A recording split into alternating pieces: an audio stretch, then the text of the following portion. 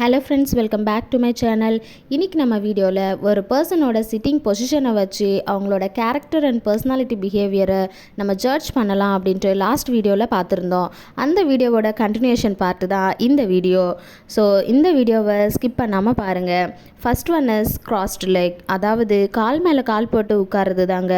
Business மேனோ இல்லை செலிப்ரிட்டிஸோ இல்லை ஒரு பெரிய ஹை பர்சனாலிட்டிஸோ, ஏன் உங்களுக்கு தெரிஞ்சவங்க சில பேர் கூட இப்படி கால் மேலே கால் போட்டு உட்கார்ந்து பார்த்துருப்பீங்க.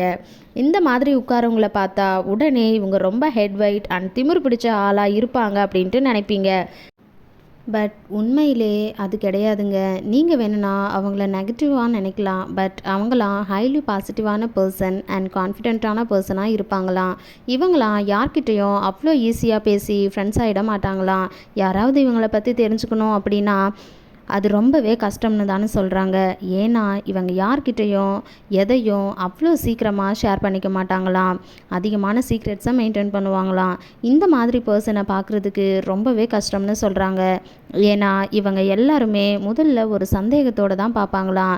இதை பாசிட்டிவாக சொல்லணும்னா இவங்க எப்போவுமே அலர்ட் மோட்லேயே இருக்க ட்ரை பண்ணுவாங்களாம். அண்ட் இவங்க யாருக்கும் மற்றவங்களுக்காக வீணாக டைமை வேஸ்ட் பண்ணிக்க பிடிக்காதுங்களாம். உங்களில் இந்த ஹேபிட் யாருக்காவது இருந்தது அப்படின்னா கண்டிப்பாக ரொம்பவே நல்லதுன்னு தான் நான் சொல்லுவேன்.